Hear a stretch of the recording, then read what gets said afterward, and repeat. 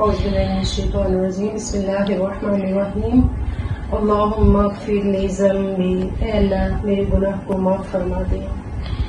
جیسا کہ ہم نے پچھلی کلاس میں نحن خفی کے بارے میں پڑھا تھا تو اس میں بتایا گیا تھا کہ امالہ کے بارے میں بہت سے کوشچن آ رہے تھے کہ امالہ کیا ہے، آپ پلیز بتائیں۔ تو آپ کے لیے میں امالہ کو سمجھانے کے لیے ورڈ لائی ہوں، جیسے کہ رفیزہ کا ورڈ ہے با، تا، را، تو، زا، فا ہے۔ اچھا، اردو ادائیگی میں ہم اس کو کیسے پڑھتے ہیں؟ با کو بے، تا کو تے، را کو رے۔ اچھا، یہاں پہ تو ہے، تو کو ہم کیسے پڑھتے ہیں؟ اس کو ہم واو لگاتے ہیں یہاں پہ اور آگے بڑھیے، تو اس کو ہم پڑھتے ہیں توئے، ٹھیک ہے، توئے، جو کہ غلط ہے پڑھنا۔ اسی طرح زا ہے زے، فا ہے فے، جبکہ اس کو ہم عربی ادائیگی کیسے کریں گے تجوید میں؟ با، تا، را، تو، زا، فا، ٹھیک ہے۔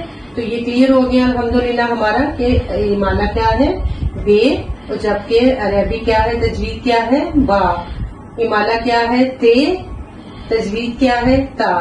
اچھا، بہت سے لوگ اس کو مشکل سمجھتے ہیں کہ تجوید سیکھنا بڑا مشکل کام ہے، ہم نہیں سیکھ سکتے، ہمارے لیے یہ مسئلہ ہے، لیکن سارے یہ اردو کے ورڈ ہوتے ہیں، بس تھوڑا سا آپ نے اس کو خوبصورت کرنا ہے۔ کچھ مخرج ایسے ہوتے ہیں کہ جن کو ہم دوسرے سے الگ کرتے ہیں، تو انشاءاللہ تعالی جب ہم یہ مخرج سیکھ جائیں گے تو وہ بھی سیکھ جائیں گے۔ آج کا ہمارا ٹاپک تھا مخرج۔